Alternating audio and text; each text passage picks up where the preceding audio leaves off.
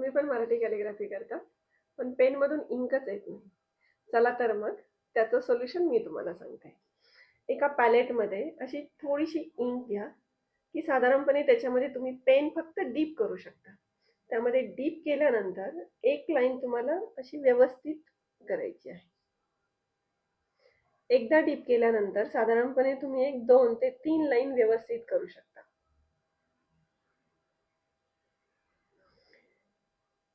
2-3 line झाल्यानंतर त्यानंतरच्या line करताना कदाचित इंक कमी पडेल, त्यामुळे परत तुम्हाला डीप करावं लागतं. कॅलिग्राफीचे जे पेन असतात त्याच्यामध्ये जी इंकची प्रोव्हिजन केलेली असते त्यामधून इंक येताना थोडी कमी प्रमाणात येते. त्यामुळे बऱ्याचदा पूर्ण लाईन करण्यासाठी ती इंक सफिशियंट नसते. त्यामुळे आपले पेन व्यवस्थित चालत नाही.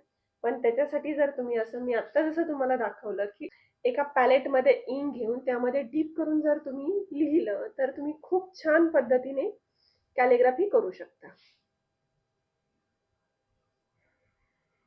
याच्यामध्ये जर तुम्हाला काही अडचण आली तर तुम्ही कमेंटद्वारे नक्की कळवू शकता. Thank you.